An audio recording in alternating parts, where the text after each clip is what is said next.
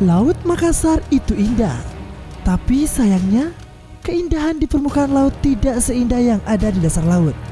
Ekosistem Laut Makassar kian memprihatinkan. Kerusakan terumbu karang terus terjadi.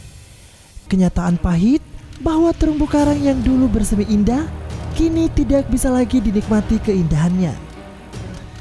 Dikutip dari Detik Travel News, sebuah kelompok pecinta lingkungan, pembela lautan Greenpeace Indonesia melakukan pendataan terhadap terumbu karang Kepulauan Makassar.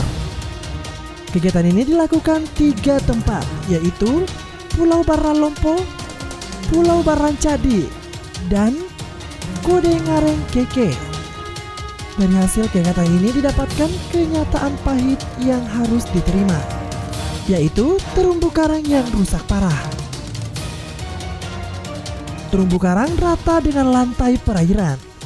Warnanya tak lagi cantik tapi putih, karena terkena dampak racun yang digunakan para nelayan sebagai metode penangkapan ikan.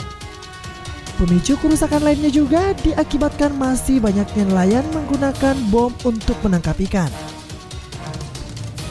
Dari hasil ekspedisi Greenpeace Indonesia menyimpulkan bahwa kesehatan terumbu karang di perairan Makassar dinilai rendah, masuk dalam rentang poin 1:3.